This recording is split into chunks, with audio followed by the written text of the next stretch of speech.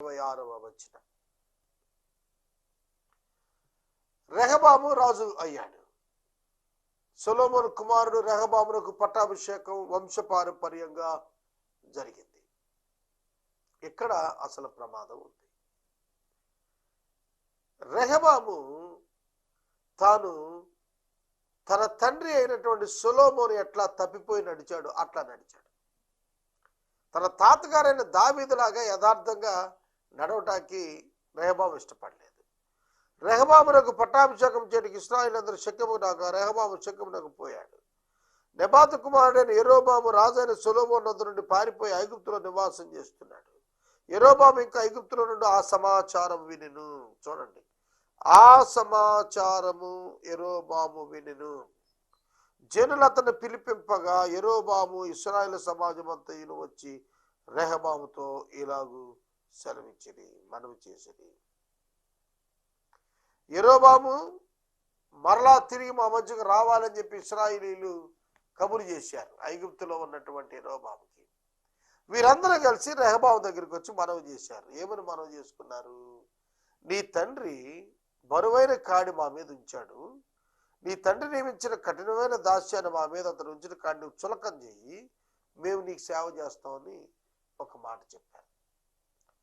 సొలొమోను కుమారుడైన రెహబామునకు విధేయత చూపిస్తాం, మాపై ఉన్నటువంటి ఆ డ్యూటీస్ యొక్క బర్డెన్ కొంచెం తగ్గించండి అని చెప్పి వెళ్ళి అడిగారు. దానికి అతను రాజు, మీరు వెళ్ళి 3 దినాలు అయిన తర్వాత నా దగ్గరికి రండి అని చెప్పి జల్లు పంపేశాడు.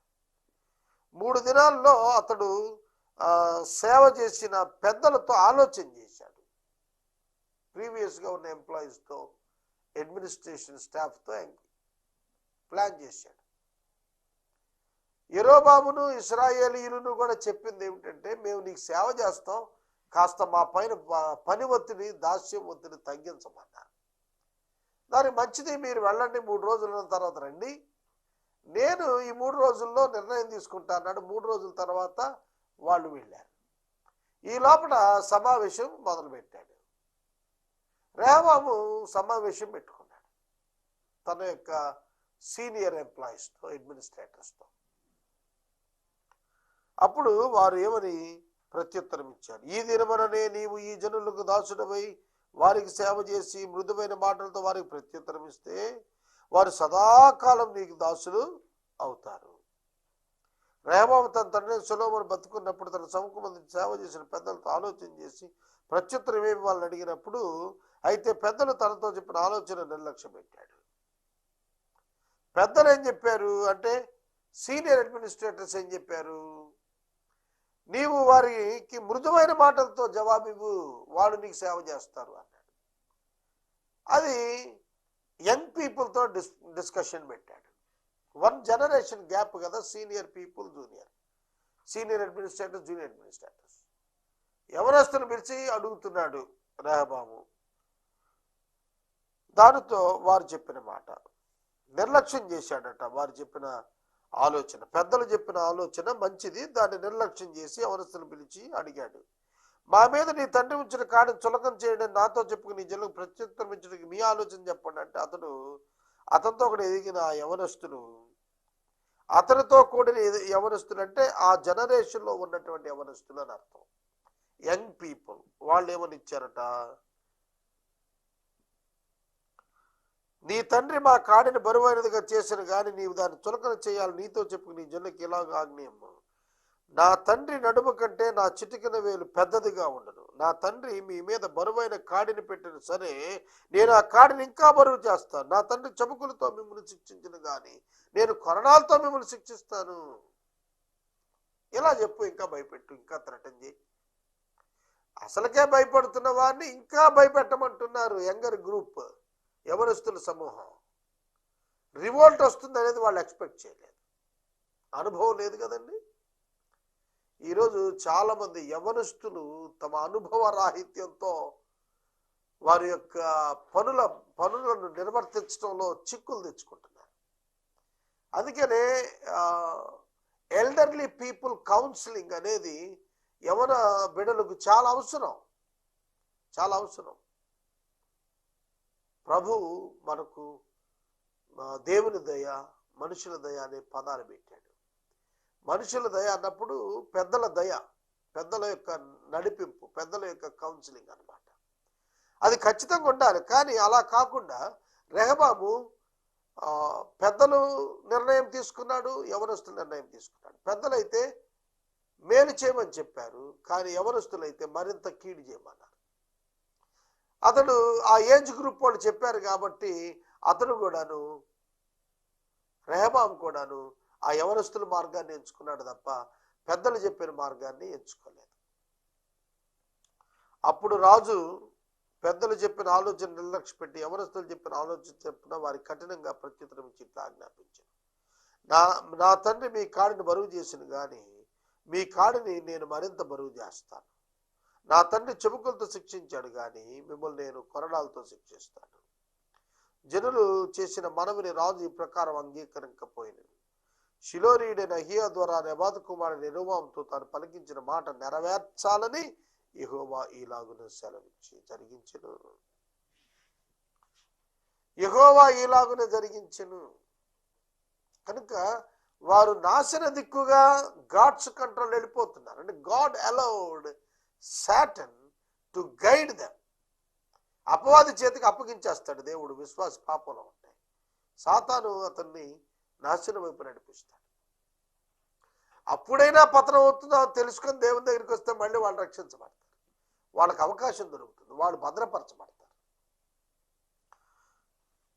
కనుక ఇలాగ చేశాడు దేవుడు. కాబట్టి ఇశ్రాయేలు వారందరూ రాజు తమ విన్నపాన్ని వినలేదని తెలుసుకుని రాజుకు ప్రత్యుత్తరం ఇచ్చారు. దావీదులో మాకు భాగమేది? యెషయ కుమారునిది మాకు స్వాస్థ్యం లేదు. ఇజ్రాయేల్ వారులారా మీ గుడారాలకు పండి, దావీదు సంతతి వారులారా మీ వారిని మీరే చూసుకోండి అని చెప్పి ఇశ్రాయేలు వారు తమ గుడారాలకు వెళ్ళిపోయారు. దావీదు సంతతి అంటే యోధా గోత్రం వారు మిమ్మల్ని మీరు చూసుకోండి, మమ్మల్ని మేము చూసుకుంటామని చెప్పి డిక్లేర్ చేసేసారు. దావీదుతో మాకు పాలేది అని చెప్పి డిక్లేర్ చేస్తున్నారు. చూడండి, అప్పటికి ఒక 80 సంవత్సరాల క్రితం చరిత్ర వెనక్కి వెళితే దావీదు మొట్టమొదట హెబ్రోనులో పరిపాలన చేశాడు. యోధా వారిని తన సొంత గోత్రాన్ని పరిపాలించుకున్నాడు.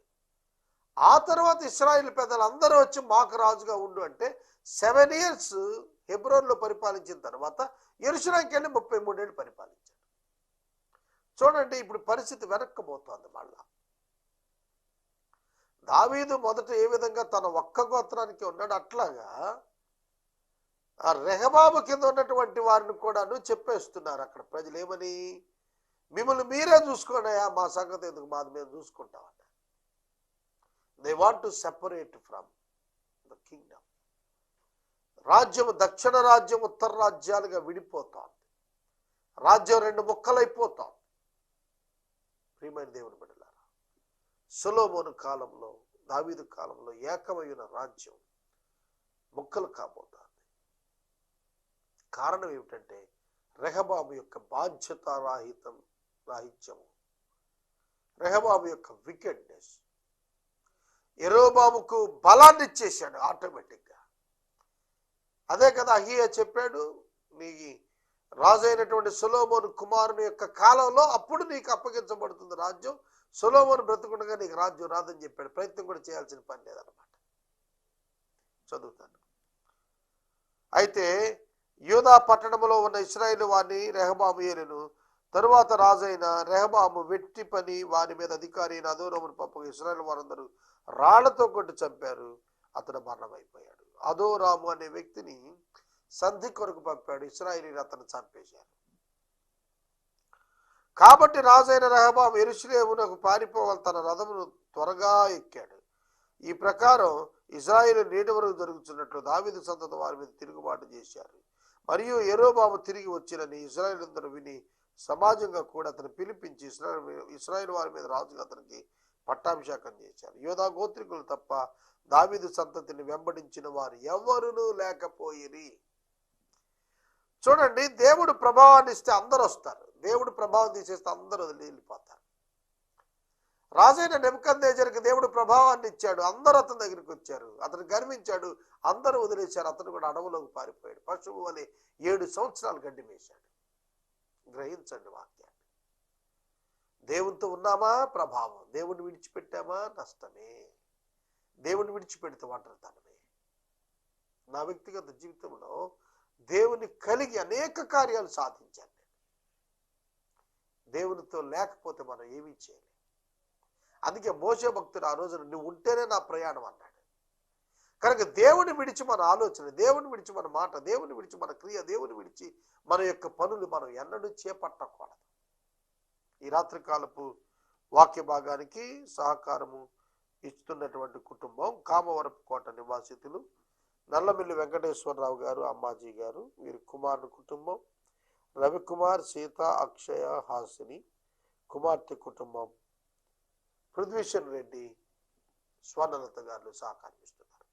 ఈ కుటుంబాలను ప్రభు దీవించినట్లు ప్రార్థన చేద్దాం. మనము ఇంతవరకు డాక్టర్ కారుపాటి శ్యామ్సాగర్ గారి ద్వారా బైబిల్ స్టడీలోని వాక్య భాగమును రాజులు మొదటి గ్రంథము నుండి ధ్యానం చేసుకున్నాం. ఈ కార్యక్రమం ద్వారా మీరు పొందుకొనుచున్న ఆత్మీయ మేలులు ఒక ఉత్తరం ద్వారా మాకు తెలియచేయండి.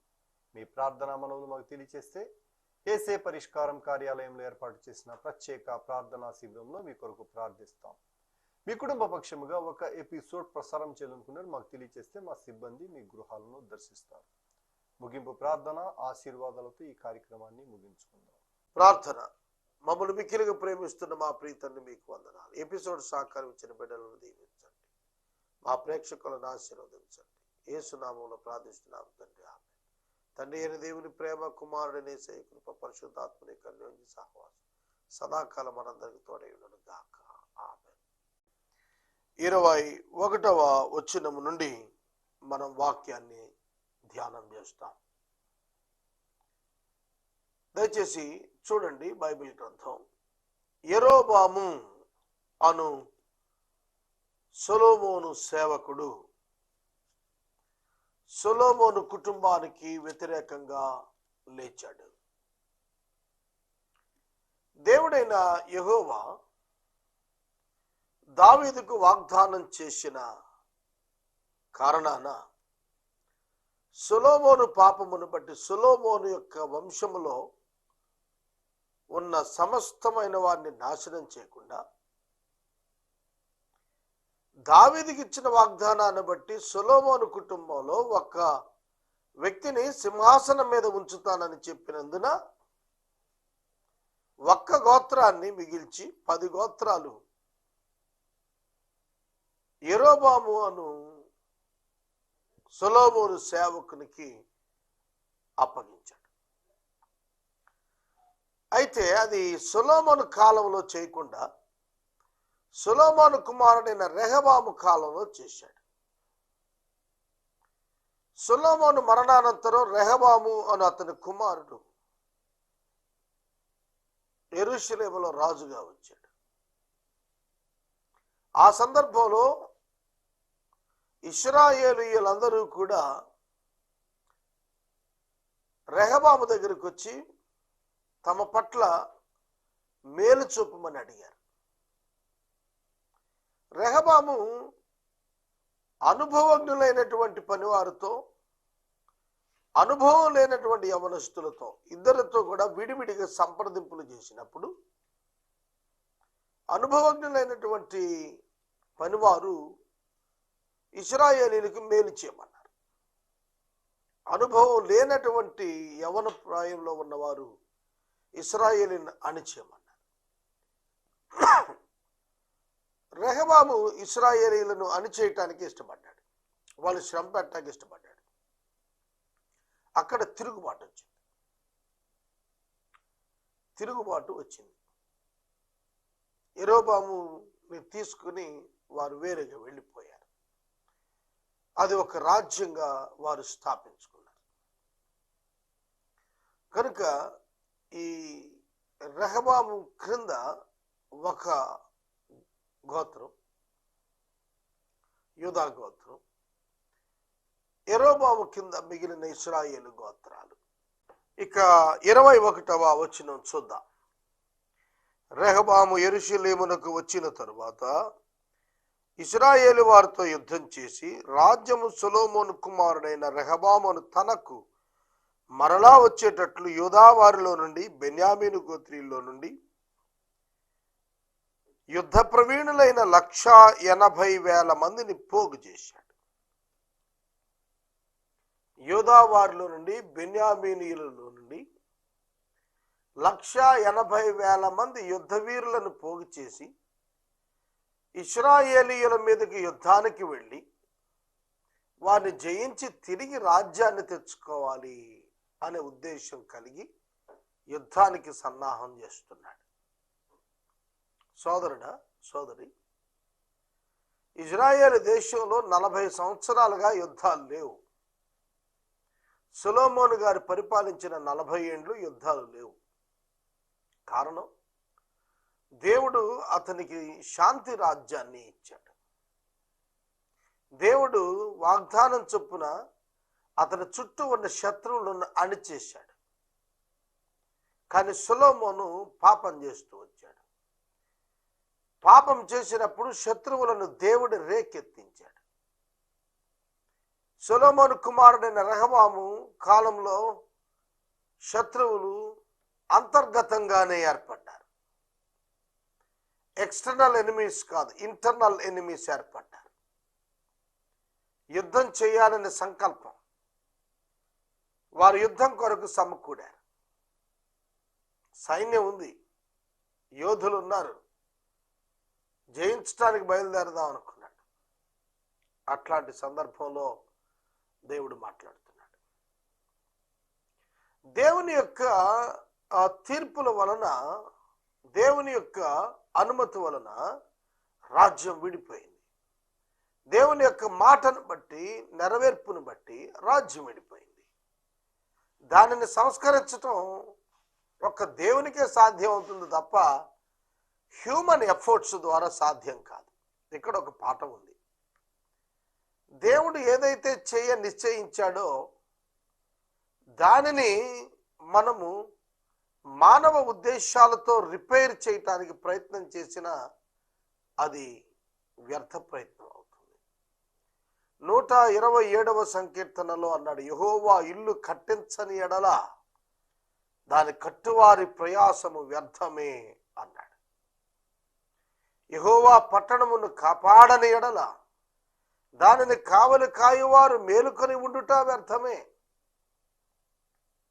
నిజమే, మానవ ప్రయత్నం చేత కార్యాన్ని సాధించవచ్చు అనే భావన దేవునికి అనుకూలమైనప్పుడే, దేవునికి వ్యతిరేకంగా ఉంటే అది చేయటం సాధ్యం కాదు.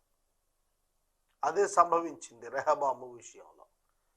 దేవుడు యెరోబామును అభిషేకించి యెరోబాముకు 10 గోత్రాలు ఇచ్చేసి యెరోబాముకు వాగ్దానం ఇస్తే రెహబాము వెళ్ళి యెరోబాము మీద ఎట్లా యుద్ధం చేస్తాడు? ప్రజలు దేవునికి చెందినవారు, రెహబాముకు చెందినవారు కాదు, యెరోబాముకు చెందినవారు కాదు, వారు అన్యులు కాదు. ఒకరిపై ఒకరు లేస్తున్నారు. ఇప్పుడు అన్యులపై కాదు వెళుతోంది రెహబాము, స్వజనుల మీద యుద్ధానికి వెళుతున్నాడు. దేవుడు దానిని ఒప్పుకోలేదు. ఈ పాయింట్ అర్థం చేసుకోండి. దేవుడు దాన్ని ఒప్పుకోలేదు, హెచ్చరిక చేసి ఆ యుద్ధాన్ని ఆపు చేశాడు. సోదరుడా, సోదరి, దేవుని బిడ్డల మీదకి లెగటం దేవుడు ఒప్పుకునే అంశం కాదు. దేవుని పిల్లలు దేవుని యొక్క ప్రమాణాల్లో బ్రతకాలి, దేవుని యొక్క ఉద్దేశాలు గ్రహించి బ్రతకాలి, దేవుని యొక్క వాక్యము ప్రకారం బ్రతకాలి. భిన్నమైన ప్రయత్నాలు వ్యర్థమైపోతాయి. ఇది వాస్తవం. 22 సంవత్సరాల సేవా జీవితంలో అనేకమైన విషయాలు చూశాను నేను.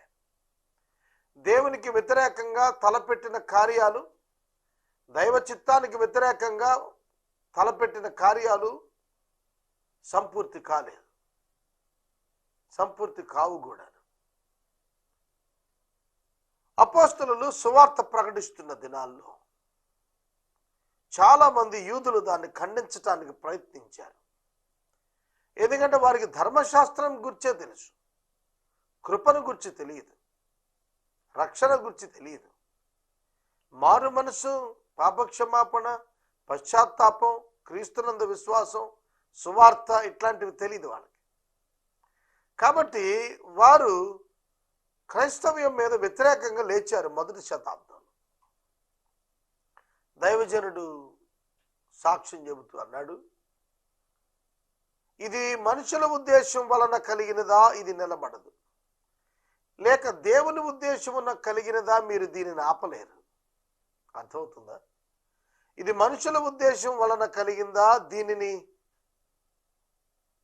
అది నిలబడదు. మనుషుల ఉద్దేశం కాక దైవ చిత్తం ప్రకారం ఇది జరిగిందో మానవులు ఆపలేరు. చూడండి ఎటువంటి ఆ అండర్స్టాండింగ్, గ్రేటెస్ట్ అండర్స్టాండింగ్, ఉన్నతమైనటువంటి అర్థాన్ని కలిగి మాట్లాడుతున్నాడు. నిజమే, ఇది దేవుని వలన కలిగినది, మేము అవునని గాని కాదని గాని చెప్పలేమన్నాడు ఆదికాండం 24వ అధ్యాయంలో లాబాను గారు, బెతుయేలు గారు. కనుక ఇక్కడ రాజ్యం డివైడ్ అయింది దేవుని తీర్పులో. రెహబాం ఎట్లా సంపాదించుకోగలుగుతాడు? సంపాదించలేడు. ఐక్యత రెహబాం ఎట్లా తేగలుగుతాడు? తీసుకురాలేడు. దేవుడు నిర్ణయించినటువంటిది 490 సంవత్సరాలు ప్రత్యేకమైన పీరియడ్ సుమారుగా. ఎందుకంటే దానియేలు గ్రంథంలో 70 సంవత్సరాల చెర ఉంది, చూశారు. 70 × 7 490. ఒక్కొక్క సంవత్సరానికి ఒక్కొక్క వారానికి ఒక్కొక్క దినం చొప్పున 7 సంవత్సరాలకి 1 సంవత్సరం విశ్రాంతి. దాని ప్రకారం 70 సంవత్సరాలు ఇజ్రాయేలీలను చెరలో పెట్టి విశ్రాంతి దినం ఆచరించడానికి బదులు వారు చేసిన తప్పిదాన్ని సరిచేశాడు దేవుడు. అర్థమైందా? మళ్ళీ చెబుతాను నేనండి. రాజుల గ్రంథం మనం చదువుతున్నప్పుడు రెహబాము కింద 20 మంది రాజులు, యెరోబాము కింద 19 మంది రాజులు వచ్చారు. 39 మంది రాజులు 490 సంవత్సరాలు పరిపాలించారు. 490 సంవత్సరాల్లో వీరు భక్తి మరిచారు. 4వ ప్రధాన ఆజ్ఞ అయినటువంటి ఆ విశ్రాంతి దినాచారం మీరారు. అందుకే దేవుడు ఆ 490 సంవత్సరాలని వారంలో ఒక్కరోజు విశ్రాంతి దినం కనుక 70 సంవత్సరాలు వారిని చెరకు అప్పగించి అక్కడ ఆ విశ్రాంతి దినానికి సరిపడా బ్యాలెన్స్ చేశారు. అర్థమవుతుంది కదా? కనుక వాక్యం చెబుతోంది, దేవునికి వ్యతిరేకంగా తయారైతే మనం ఏమి సాధ్యం చేయలేం, ఏమి సాధించలేం. అందుకనే మీరు ఏ నిర్ణయం తీసుకున్నప్పుడైనా దేవుని యొక్క నియమ నిబంధనలకు అనుకూలంగా ఉన్నదో లేదో చూసుకోవాలి. ఒక ఆఫీసులో ఫైల్ ప్రిపేర్ చేయాలి అని అంటే ఆ కార్యాలయ నియమ నిబంధనల ప్రకారం ఉన్నదో లేదో దాని ప్రకారమే ఫైల్ తయారు చేయాలి తప్ప ఎట్లా పడితే అట్లా కాదు. ఇక్కడ కూడా అంతే. ఒక ఆటకు నియమాలు ఉంటాయి, ఒక ఆటకు నియమ నిబంధనలు ఉంటాయి. అలాగే దేవునికి కొన్ని నియమ నిబంధనలు ఉన్నాయి, వాటి ప్రకారమే పోవాలి. అందుకే దేవుడు రెహబామును దర్శించమని షమయ అనేటువంటి దైవజనునికి సెలవిచ్చాడు. దేవుని నామానికి స్తోత్రం. షమయ అనే దైవజనుని దేవుడు లేవనెత్తాడు. సోదరుడా, సోదరి, దేవుడు దైవజనుని ద్వారా వాక్కును అందిస్తున్నాడు. పాత నిబంధనలో ప్రవక్తల ద్వారా అందించాడు. ఈ దినమున అంతమంది వాక్యం ద్వారా మాట్లాడాడు. కనుక దేవుని వాక్యము నీ జీవితంతో మాట్లాడుతుంది, నీ జీవితాన్ని సరిచేస్తుంది. ఇది ఎన్నడూ మరవవద్దు. నీవు సొలొమోను కుమారుడును యూదారాజును అయిన రెహబాంతోను యూదా వారందరితోను బెన్యామీనీలందరితోను శేషించిన వారందరితోను ఇట్లనము, యెహోవా సెలవిచ్చినదేమనగా జరిగినది నా వలననే జరిగినది. అండర్లైన్ చేయండి, అండర్లైన్ చేయండి. ఇశ్రాయేలీలు ఊహించనిది రాజ్యం విడిపోవటం ఏంటండి? యునైటెడ్ కింగ్డమ్ కదా, కలిసి ఉండేవాళ్ళు కదా, విడిపోవటం ఏంటి? జరిగినది నా వలననే జరిగినది. నేను ఈ మాటను ఎంతగానో ధ్యానం చేస్తున్నాను. జరిగినది నా వలననే జరిగినది. విశ్వాసుల జీవితాల్లో సంభవించిన సంభవాలు ఆయన అనుమతి వలన జరిగేవే. ఒక విశ్వాసికి హార్ట్ అటాక్ వచ్చింది అనుకోండి, అది దేవుని అనుమతి వలననే, పాపం కారణంగా కాదు.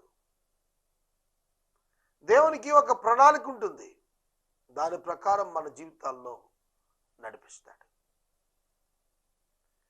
మన వ్యక్తిగత జీవితాల్లో ఆయన అనుగ్రహించిన ఉచిత రక్షణను బట్టి మనం ఆనందిస్తుండగా కొన్ని వ్యతిరేక పరిస్థితులు వస్తాయి.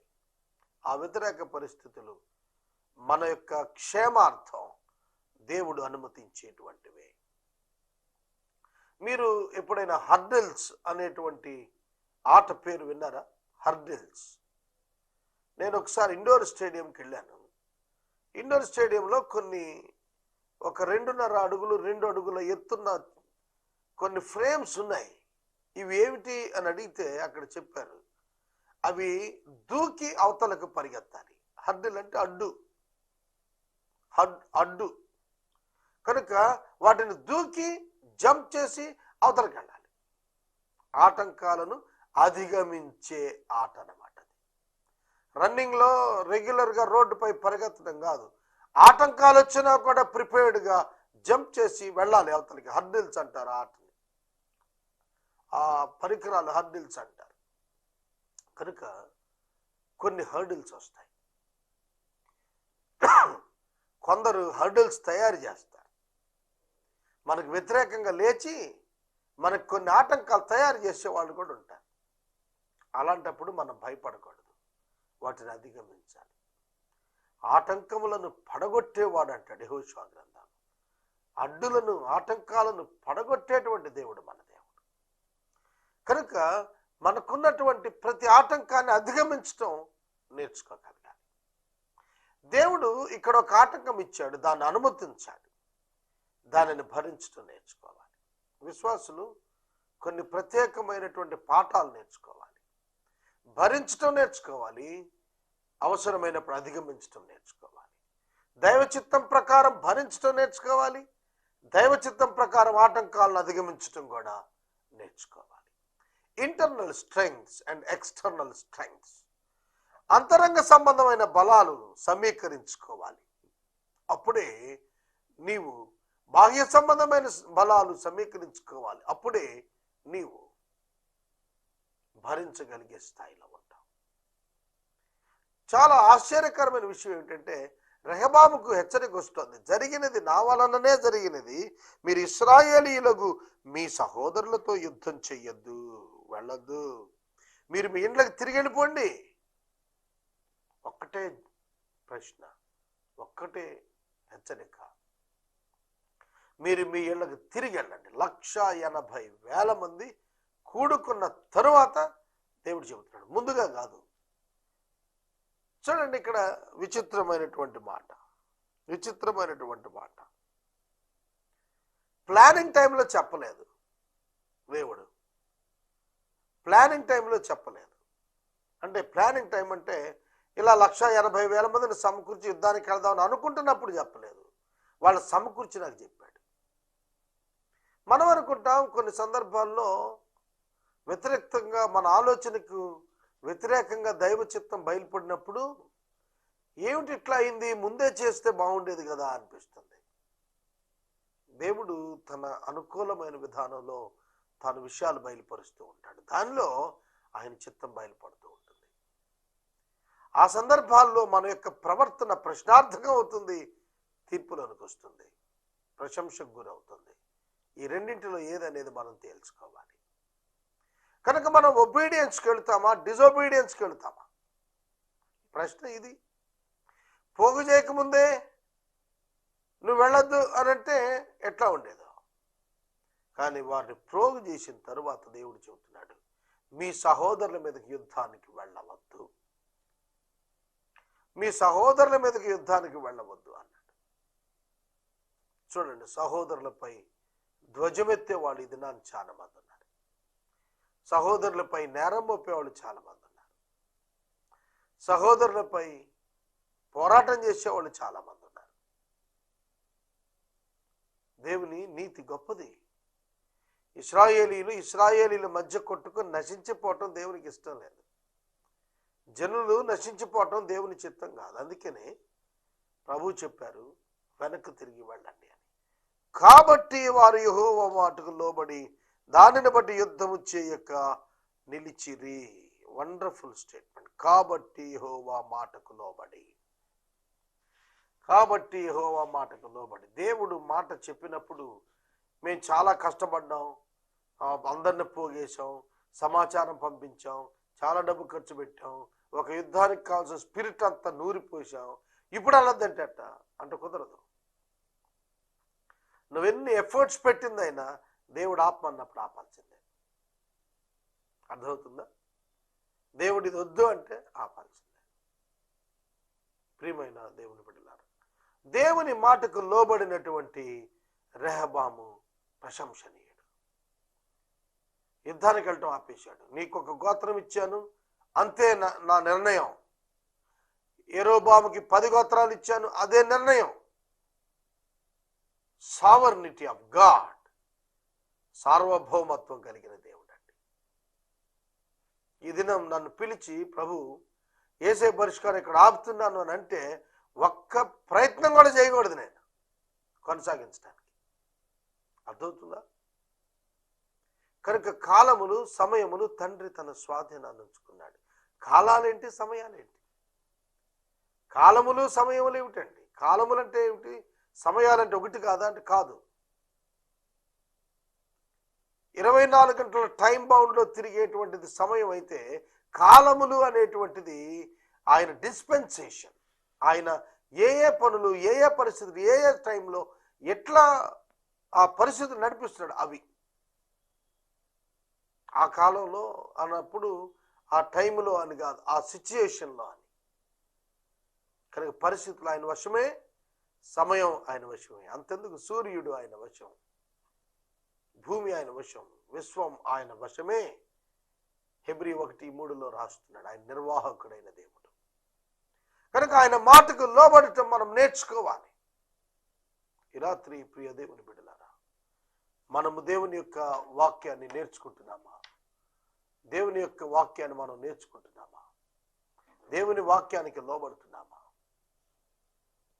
దేవుడు మనకు అనుకూలంగా చెబితే మనం లోబడతాం, అనుకూలంగా మార్చుకోవటానికి ప్రయత్నం చేస్తాం.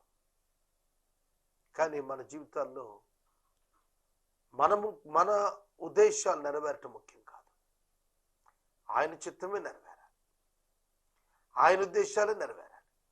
అది మనకి ఇష్టమైనా ఇష్టము కాకపోయినా అది క్షేమము కాబట్టి నెరవేరాలి. అందుకే దావీదు కీర్తనకారుడు శ్రమనందుట నాకు మేలాయిను అన్నాడు. కొందరు పేదరికంలో ప్రార్థన చేయమని అడుగుతూ ఉంటారు. అయ్యా, ఆర్థిక అవసరాలు ఎక్కువైపోయాయ్యా, ప్రార్థించమంటారు. ఆ సందర్భంగా నేను వెంటనే స్తుతించండి ఈ స్థితిని బట్టి అని అంటే వాళ్ళకి అర్థం కాదు, కోపగించుకుంటారు. కానీ వాస్తవం ఏమిటి? స్తుతించండి. ఎందుకంటే నీకు ఈ కొన్ని ఆర్థిక అవసరాలున్న సమయం very short span in your life. కష్టాలు నష్టాలు ఉన్నాయి, కొంచెం దేవుడు అనుమతిస్తాడు. ఎందుకంటే మిమ్మల్ని సరైన రీతిగా పెట్టడానికి. ఇనుము ఉంచటానికి ఇనుము హీట్ చేస్తారు, కాలుస్తారు, ఎర్రగా కాల్చి దాన్ని ఉంచుతారు. కనుక మానవ హృదయాన్ని దేవుడు తనకు ఇష్టమైన స్వారూప్యంలోనికి, ఆయన కుమారుని స్వారూప్యంలోనికి మార్చడానికి కొన్ని శ్రమలను వినియోగిస్తున్నాడు. సౌలు గారి జీవితంలో పౌలుగా మారిన తరువాత పౌలు యొక్క జీవితంలో ఎన్ని శ్రమలు, ఆ శ్రమలన్నీ ఆయన్ని తీర్చిదిద్దాయి. దేవుడు అనుకున్న షేప్లోనికి పౌలును తీర్చిదిద్దింది శ్రమని. ఈ రాత్రి వాక్యం వింటున్న సోదరుడా, సోదరి, ప్రభువు నిన్ను ప్రేమిస్తున్నాడు. మన జీవితాల్లో చాలా పరిస్థితులు మన ఉద్దేశం ప్రకారం రావు. సొలొమోను పాపం చేస్తే రెహబాము కాలంలో రెహబాముకి ఒక్క గోత్రమే దక్కేట్టుగా చేశాడు. కాబట్టి ఈ దినాల్లో యవన బిడ్డలు, మా తల్లిదండ్రులు మాకు కొంచెమే ఆస్తి ఇచ్చారు, ఒకప్పుడు చాలా ఉండేదంట, అంతా నాశనం చేశారు అని నిందలేస్తుంటారు. దేవుడు నీకు ఇచ్చిన దానితో సంతోషంగా ఉండు. నీకు ఇచ్చిన దాంతో నీవు బాధ్యత కలిగి నీవు లాయల్గా ఉండటం నేర్చుకోవాలి. దేవుని మాటకు లోబడి ఉండటం నేర్చుకోవాలి. దేవుడు చేయమన్నది చేయుటకు, వద్దన్నది ఆగుటకు మనం ఎల్లవేళలా సంసిద్ధత కలిగి ఉండాలి. ఈ రాత్రి నేను మనవి చేస్తున్నాను, మీ వ్యక్తిగత జీవితాల్లో దేవునికి ఇష్టము లేని కార్యాలు ఎన్నడూ చేయవద్దని ప్రభు పేట మనవి చేస్తున్నాను. తరువాత యెరోబాము ఎఫ్రాయిము మన్యమందు షెకెము పట్టణాన్ని కట్టించి అచ్చట కాపురం ఉండి అచ్చట నుండి బయలుదేరి పెనూయేలును కట్టించాడు. పెనూయేలును కట్టించెను. ఇక్కడ 25వ వచనం దగ్గర నేను వాక్యాన్ని నిలుపుదల చేస్తున్నాను. 2 పట్టణాలు, షెకెము పట్టణం, పెనూయేలు పట్టణం. చూడండి, రాజులకు ఘనత. రాజులు పట్టణాలు నిర్మిస్తే వారికి ఘనత. కనుక ఎప్పుడైనా ఇంత అధికారంలో ఉన్నవారు ఏదైనా మాన్యుమెంట్స్ సాధించగలిగితే వారికి ఘనత.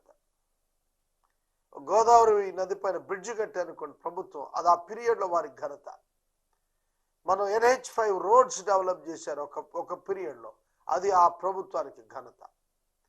పోలవరం కంప్లీట్ చేసిన రోజున ఉన్న ప్రభుత్వానికి ఘనత.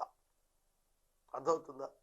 కనుక ఈ కట్టడాలు అనేటువంటివి తమ ఘనతను చాటడానికి వారు ఏర్పాటు చేస్తుండేవారు. పాత నిబంధన కాలంలో నుంచి కూడా ఇప్పటికీ అదే మనం చూడగలుగుతాం. కనుక ఈ 2 పట్టణాలు అతని కాలంలో నిర్మాణం చేయబడ్డాయి అన్నప్పుడు మనం వారి ఫైనాన్షియల్ స్టెబిలిటీ మనకు అర్థం అవుతుంది. ఎఫ్రాయిము మన్యము, షెకెము పట్టణం, తరువాత పెనూయేలు యెరోబాము కట్టిస్తున్నాడు. రెహబాము యుద్ధం మానాడు, యెరోబాము అభివృద్ధి చెందాడు. యుద్ధం లేకపోతే అభివృద్ధి. అమెరికా దేశంలో యుద్ధానికి ఎన్నో లక్షల కోట్ల డాలర్లు ఖర్చు పెట్టారట. ప్రజలు, ఆర్థిక వ్యవస్థ అప్ అండ్ డౌన్ అయిపోయింది. చాలా ద్రవ్యోల్బణం వచ్చింది అక్కడ. యుద్ధం లేకపోతే బాగుండేదని అనేక మంది కోరుకున్నారు. బుష్ గారి మీద, ప్రెసిడెంట్ అప్పుడు జార్జ్ బుష్ గారి మీద చాలా వ్యతిరేకత యుద్ధ కారణంగా వచ్చిన ద్రవ్యోల్బణం కారణంగా వచ్చింది. ఎందుకు ఇది ఉదాహరణ చెప్తున్నాడు? యుద్ధం లేకపోతే అభివృద్ధి ఉంటుంది. యుద్ధము లేదు, శాంతి ఉంది. యుద్ధము లేదు, అభివృద్ధి ఉంది. కనుక యెరోబాము కన్స్ట్రక్ట్ చేయగలిగాడు. 26వ వచనం నుండి వాక్యాన్ని గమనించండి. రాజుల మొదటి గ్రంథం 12వ అధ్యాయం 26వ వచనం నుండి వాక్యాన్ని గమనించాలని నేను మనవి చేస్తున్నాను. దేవుడు రెహబాముతో మాట్లాడుటకు దైవజనుడైన షమయాను పంపాడు. 180,000 మంది యోధులతో రెహబాము యెరోబాము మీదకు యుద్ధానికి బయలుదేరుతున్నాడు. ఇశ్రాయేలీయుల మీదకు యుద్ధానికి బయలుదేరుతున్నాడు. దేవుడు మాట ఇచ్చి ఆపాడు. ఇది నా వలన జరిగినది గనుక మీరు యుద్ధానికి వెళ్ళక వెనుతిరిగి వెళ్ళిపోండి అని చెప్పాడు. వారు ఆ విధంగా దేవుని మాట చొప్పున చేశారు. ఇశ్రాయేలీయుల చరిత్రలో సంభవించినదంతయు దేవుని చిత్త ప్రకారం సంభవిస్తూ వచ్చింది. ఒక ఆర్డర్లీ వ్యవస్థ అక్కడ కనిపిస్తోంది. ఒక డిసిప్లిన్ కనిపిస్తోంది. మన జీవితాల్లో కూడా దేవుడు ఉద్దేశించింది జరగాలి. అబ్రహాము కుటుంబాన్ని తీసుకోండి, దేవుడు ఆదేశించినవే జరిగాయి. నోవాహు కుటుంబాన్ని తీసుకోండి, నోవాహు అట్లు చేశాను. నోవాహు దేవుడు చెప్పిన యావత్తు దాని ప్రకారం చేశాను అని రాయబడింది. యోసేపు మరియలు మనకు చూస్తున్నప్పుడు వారి జీవితాల్లో కూడా డివైన్ ఆర్డర్ కంటిన్యూ అయినట్లుగా మనం చూస్తాం. చూడండి, మన జీవితాల్లో గాడ్స్ డిసిప్లిన్, గాడ్స్ విల్ రెండు కూడా చాలా ప్రాముఖ్యంగా అబ్జర్వ్ చేయబడాలి. తర్వాత 26వ వచనం చదువుకుందాం. యెరోబాము ఎఫ్రాయిము మన్యమందు షెకెము పట్టణమును కట్టించాడు, తర్వాత పెనుయలు కట్టించాడు. ఈ జనులు యెహోవా మందిరమందు బలులు అర్పించుటకు యెరూషలేమునకు ఎక్కిపోచుండిన ఎడల ఈ జనుల హృదయము యూదారాజైన రెహబాము అను తమ యజమానుని తట్టు తిరుగుతుంది. అప్పుడు వారు నన్ను చంపి యూదారాజైన రెహబాము వద్దకు మరలా చేరిపోతారు. రాజ్యము మరలా దావీదు సంతతి వారిది అగును అని యెరోబాము తన హృదయమునందు తలంచి ఆలోచన చేసి 2 బంగారు దూడలు చేయించి జనులను పిలిపించి, యెరూషలేమునకు పోవుట మీకు కష్టము, ఇశ్రాయేలు వారలారా, ఐగుప్తు దేశములో నుండి మిమ్మును రప్పించిన మీ దేవుడు ఇవే అని చెప్పి ఒకటి బేతేలునందు ఒకటి దానునందు ఉంచెను. దాను వరకు ఈ రెండింటిలో ఒకదానిని జనులు పూజించటం వలన రాజు చేసిన కార్యము పాపమునకు కారణము ఆయను. ఇక్కడ చాలా భయంకరమైనటువంటి పాపం వ్రాయబడింది. రాజ్యకాంక్ష యెరోబామును పక్కదారి పట్టించింది. ప్రాముఖ్యమైన పాఠం ఉంది ఇక్కడ. దేవుడు ఇచ్చిన పొజిషనే మనకుంటుంది. మనం ఆశపడి సంపాదించుకోవాలని చేసే ప్రయత్నం వల్ల మన పొజిషన్ రాదు. అంతస్తు, స్థితి అనేది దేవుడిచ్చేది. యెరోబామునకు దేవుడు పిలిచి మరి ఇచ్చాడు, పొజిషన్ ఇచ్చాడు. అతనిలో ఈ పొజిషన్ శాశ్వతంగా ఉండాలి అనే కాంక్ష బయలుదేరి, ఇలాగే నేను అందరి మీద రాజుగా నిత్యం ఉండిపోవాలి అనే భావనకు వచ్చాడు. కానీ ఇశ్రాయేలీయులకు దేవుడు నియమించిన కట్టడలు ఉన్నాయి. అవేమిటంటే, ప్రతి సంవత్సరం 3 పండుగలకు ప్రతి పురుషుడు యెరూషలేము దేవాలయానికి వెళ్ళాలి. యెరూషలేము దేవాలయానికి వెళ్ళాలి, కంపల్సరీ వెళ్ళాలి. కాబట్టి ప్రజలందరూ యెరూషలేముకి వెళ్తారు. అప్పుడు వారి హృదయం మరలా యెహోవా మందిరానికి వెళ్ళినప్పుడు మారిపోతుందేమో. సాధారణంగా దేవుని మందిరం దగ్గరికి ఏ మనిషి వెళ్ళినా, ఇప్పుడు కాదు ఆ రోజున, పాపాన్ని గురించి పశ్చాత్తాపడి బలులు ఇవ్వటం సాధారణం. అయ్యో నేనేమిటి యెరూషలేములో లేకుండా, యెరూషలేములో ఉన్న రాజు కింద లేకుండా ఒక పనివారి కింద ఉన్నానేమిటి, ఒక పనివారి కింద నేను ఉన్నానేమిటి అనే భావనకు గనక ప్రజలు వచ్చేస్తే తాను నష్టపోతాడు అనే భావన, తన రాజ్యం నిలబడదు అనే భావన యెరోబామునకు వచ్చింది. యెరోబాము గుర్తించలేకపోయినటువంటి సత్యం ఏమిటంటే, దేవుడు నియమించిన పొజిషన్ దేవుడు కాపాడినంత కాలమే ఉంటుంది, దేవుడు తొలగిస్తే ఏ పొజిషన్ ఉండదు అనేది అర్థం కాలేదు అతనికి. కనుక జరుగుతున్నవేమో పరిస్థితులను బట్టి జరుగుతున్నాయి, తన గొప్పదాన్ని బట్టి జరుగుతున్నాయి అనుకున్నాడు తప్ప దాని వెనక దేవుడున్నాడు అనేది అతను సరిగా గుర్తించలేకపోయాడు. అందుకే ఆ దేవుని ఆజ్ఞల్లో ప్రధానమైన ఆజ్ఞ విగ్రహారాధన చేయకూడదు. దాన్ని వ్యతిరేకంగా ప్రజలను తిప్పడానికి ఆలోచించాడు. అసలు ప్రజలు యెరూషలేము మందిరంకి వెళ్ళకపోతే సమస్య ఉండదు కదా అని అనుకున్నాడు. మందిరానికి వెళ్ళకపోవడం సమస్యను తీసేస్తుంది కదా, సమస్యను పెంచుతుంది. దేవుని దగ్గరికి వెళ్ళకపోవటం సమస్యను పెంచుతుంది. దేవుని యొద్దకు వెళితే సమస్య తగ్గిపోతుంది, తీసిపోయబడుతుంది. ఇది యెరోబాముకు తెలియలేదు. అందుకనే ప్రజలు యెరూషలేముకి వెళ్ళకోకుండా ప్రజలను కట్టడి చేయాలి. కట్టడి చేయొచ్చు, కానీ ఆరాధించకుండా ఇశ్రాయేలీలు ఉండలేరే. కాబట్టి 2 బంగారంతో చేయబడినటువంటి దూడలను చేయిస్తున్నాడు. బంగారపు 2 దూడలు చేయిస్తున్నాడు. జాగ్రత్తగా చూడండి. చరిత్రలో ఇశ్రాయేలీయులు ఐగుప్తు నుంచి వెలుపలకు వచ్చిన తర్వాత మోషే 40 రోజులు సీనాయి పర్వతం మీద ఉండిపోయాడు దేవుని దగ్గర.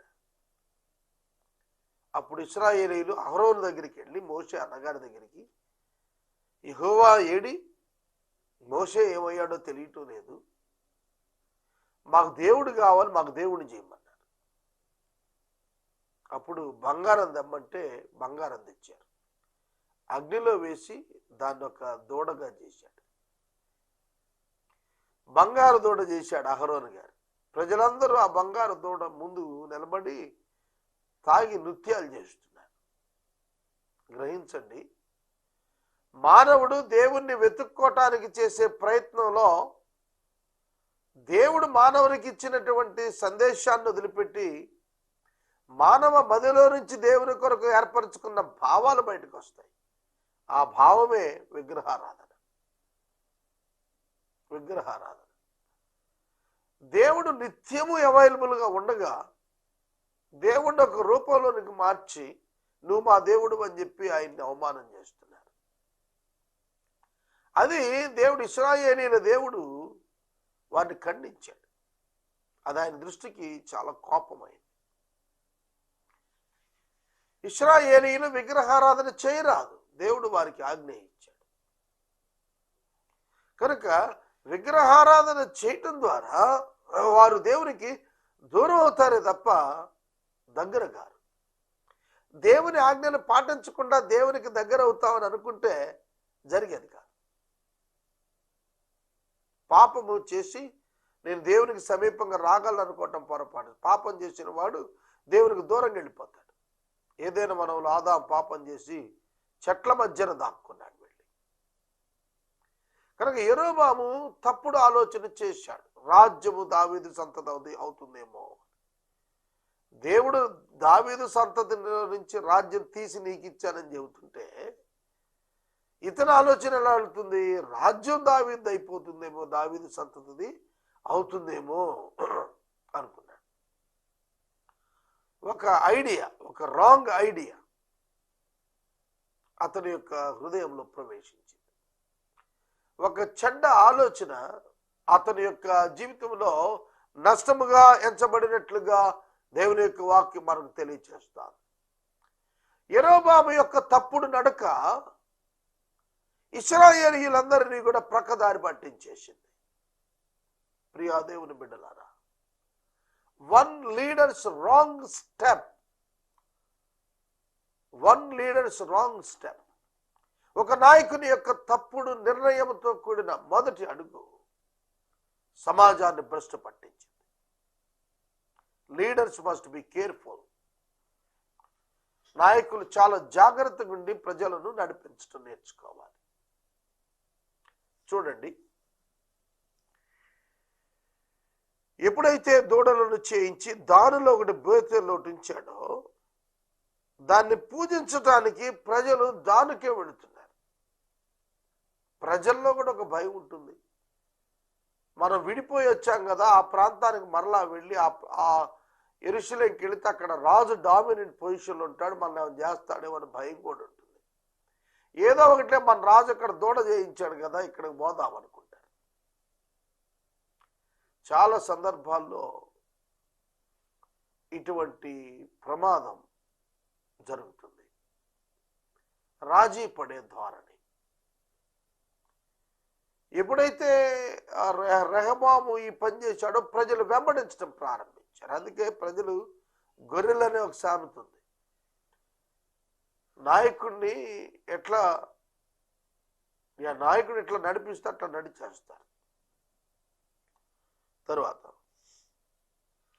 మరియు యెరోబాము ఉన్నత స్థలాలు కట్టించి మందిరంగా ఏర్పరిచి లేవీయులు కాని సాధారణమైన వారిలో కొందరిని యాజకులుగా నియమించి సెకండ్ బ్లండర్. ఇది రెండవ తప్పిదం. మందిరాలు ఏర్పరిచాడు. మందిరం ఏర్పరచడానికి ఇతడు ఎవరు? ఉన్నత స్థలాలను పెట్టి ఆ ఉన్నత స్థలాలను టెంపుల్గా ఏర్పరిచేశాడు.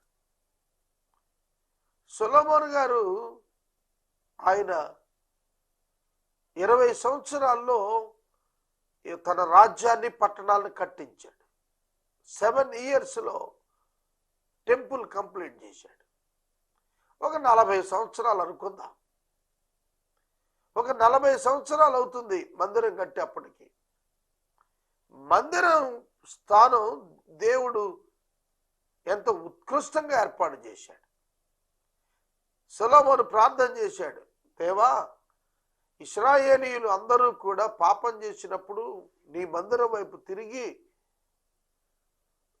ప్రార్థన చేస్తే చాలు, నువ్వు దర్శించయ్యా, కనికరించయ్యా అని. ఆ మందిరం స్థానం వెళ్లకుండా, మందిరానికి వెళ్లకుండా ప్రజలు మరొక ఆధ్యాత్మిక కేంద్రాన్ని ఏర్పాటు చేశాడు. డీవియేషన్ అన్నమాట. ప్రజలను డీవియేట్ చేయటం. వాస్తవమైన మందిరం ఉండగా జనులను చీల్చి మరొక మందిరం ఏర్పాటు చేశాడు.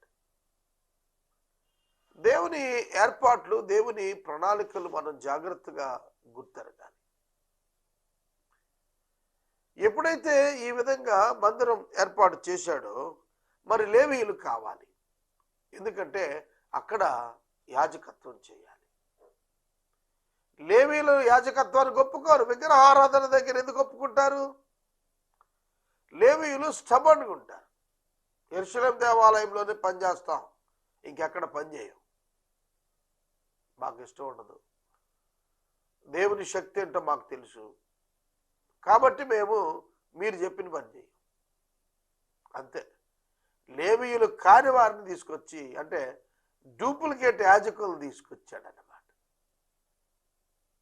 చూడండి, ఈ రాత్రి నేను మనవి చేస్తున్నాను, ఏ కార్యాన్ని ఎవరు చేయాలో వారు చేయకుండా మరొకరు చేయటం అపహాస్యానికి దారితీస్తుంది. మైండ్ యువర్ ఓన్ బిజినెస్ అని, మైండ్ యువర్ ఓన్ బిజినెస్ అని మాకు నాండిటైల్లో ఒక స్టోరీ ఉండేది. కుక్క చేయాల్సిన పని గాడిద చేసిందట. అలాగున చేయటం వల్ల నష్టం. లేవీయులు చేయాల్సిన పనిని వేరొకరితో చేయిస్తున్నాడు. ఎవరైతే ఏమిటి? ఇది నాన్న దేవుని సేవకులు చేయాల్సిన పనులు రక్షణ పొందనోళ్ళు చాలా మంది చేసేస్తున్నారు. నేను ఎప్పుడు చెబుతాను, సంఘ నాయకత్వంలో రక్షణ పొందని వారు ఉండకూడదు, త్రాగుబోతులు ఉండకూడదు. మరి వారు పెద్దలండి ఈ ప్రాంతంలో, వాళ్ళ కుటుంబాలు పెద్దవి, వాళ్ళు లేకపోతే గొడవలు అవుతాయంటే అది సంఘం కాదు, ఏదో ఒక యాంత్రికంగా నడిపించుకుంటున్నటువంటి ఒక గ్రూప్, అంతే, అంతవరకు. కనుక సంఘం విలువలకు కట్టుబడి ఉండాలి. దేవుడు చెప్పినటువంటి యాజకులను విడిచి అన్యులను, వేరొక తెగల వారిని తీసుకొచ్చి యాజకత్వం చేయించడం నిర్ణయం ఘోరమైంది. ఒక అడుగు పక్కకేసి విగ్రహారాధన వెళ్ళాడు, మరొక అడుగు పక్కకేసి యాజకులను మార్చాడు. అడుగు వెంబడి అడుగు పక్కకు పడుతుంటే గమ్యం ఎక్కడొస్తుంది? మార్గం తప్పిపోతాం. అలాగ జరిగింది ఇక్కడ. మరియు యెరోబాము, చూడండి వాళ్ళ మూడో తప్పిదం. మరియు యెరోబాము యూదా దేశమందు జరుగు ఉత్సవం వంటి ఉత్సవం 8వ దినం 11వ దినం జరుపు వచ్చి బలిపీఠం మీద బలులు అర్పిస్తూ వచ్చాడు. ఆ ప్రకారం బేతేలునందు తాను చేయించిన దూడలకు బలులు అర్పిస్తున్నాడు. తాను చేయించిన ఉన్నత స్థలం యాజకులను బేతేలునందు ఉంచాడు. దానిలో అన్యులను పెట్టాడు, యాజకులను బేతేల్లో కూడా పెట్టాడు. చూడండి ఇక్కడ ఎంత ఘోరమైన తప్పిదం అంటే, బలులు అర్పించేస్తున్నాడు. ప్రమాదం కదండి. ఉత్సవం ఏర్పాటు చేశాడు. అక్కడ ఏం జరుగుతుందో అంతా సేమ్ ఆర్డర్ ఇక్కడ పెట్టేస్తున్నాడు. కానీ వేరొక విధానం, ఆలోచన వేరు, తప్పుడు మార్గం. వెలుగుదూత అని ఒకటి ఉంది బైబిల్ గ్రంథంలో. అదే సాతాను వెలుగుదూత వేషం ధరిస్తాడు. వెలుగుదూత యేసు ప్రభువు వలే కనిపించే యత్నం చేస్తాడు. కానీ వాడి లక్షణాలు వేరు, వాడి ఉద్దేశాలు వేరు, వాడి క్రియలు చేస్తున్న దానిలో వ్యత్యాసం వేరేగా ఉంటుంది. అంత హక్కులనే ఉంటుంది. మందిరంలోనే ప్రజలు ఉంటారు, మందిరంలో ఉన్న యాక్టివిటీస్లో ఉంటారు, కానీ వారిలో క్రీస్తు లేడు. ఉపయోగం ఏమిటి? దేవుని యొద్దకు రాకుండా వెలుగుదూత పని చేస్తాడు. ప్రజలు దేవుని చెంతకు చేరకుండా వారి పాపములో నిలిచి ఉండేటట్టుగా ఉండటానికి భ్రమపరుస్తాడు. వాడు భ్రమపరుచుదురా. ఇక్కడ యెరోబాము ప్రజలను భ్రమపరుస్తున్నాడు. ఇది కూడా దేవుడే, ఇది కూడా ఉత్సవమే, ఇక్కడ కూడా యాజకులు ఉన్నారు, ఇక్కడ కూడా ప్రార్థన చేసుకోవచ్చు అన్నట్లుగా ప్రారంభించాడు. బలులు ఇవ్వటం ప్రారంభించాడు. విగ్రహాలకు బలులు ఇస్తున్నాడు. అన్య జనాంగం ఏం చేస్తున్నారో మరలా అదే చేస్తున్నారు వీళ్ళు.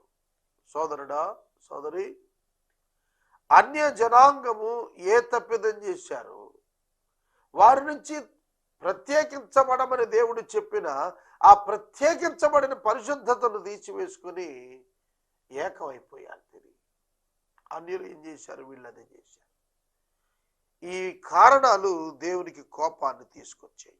తర్వాత అతడు యోచించిన దానిని బట్టి 8వ మాసం 10వ మాసం బేతేల్లో తాను చేయించిన బలిపీఠం మీద బలులు అర్పిస్తూ వచ్చాడు, తాను తలంచిన దానిని బట్టి. దీంతో పాటుగా అక్కడ అలవాట్లతో పాటు కొన్ని కొత్త అలవాట్లు ట్రెండ్ సెట్ చేస్తున్నాడు. ఏమిటట? 8వ మాసాన 10వ దినమున 8వ మాసాన 15వ దినమున బేతేల్లో బలిపీఠాలకి బలులు ఇస్తున్నాడు. పస్కా మొదటి నెల 14వ దినాన పస్కా జాతీయ ప్రాయశ్చిత్తా దినం 7వ మాసమున 10వ తారీఖున వస్తుంది. 7వ మాసమున 10వ తారీఖున జాతీయ ప్రాయశ్చిత్తా దినం వస్తుంది. నేషనల్ అటోన్మెంట్ డే అంటారు దాన్ని. ఆ పండగ లాంటి పండగ 8వ మాసము 15వ దినాన్ని ఏర్పాటు చేసేసాడు. అంటే సెపరేట్ చేసి చూపించాడు.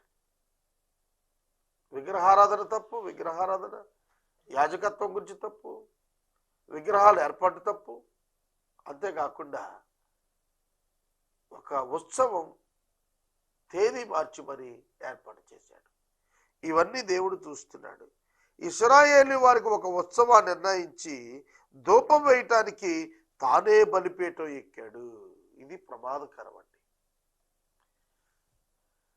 బలిపీఠం మీదకు రాజు ఎక్కకూడదు, యాజకులు చేయాలి ఆ పని. బలిపీఠం పైకి ఎక్కటం ఏంటండి? బలిపీఠం పైకి ఎక్కి పని చేయటం ఎంత అసహ్యం. దేవుడు దాన్ని మెచ్చడు. ఇలాంటి తప్పిదాలు చేస్తూ వచ్చాడు.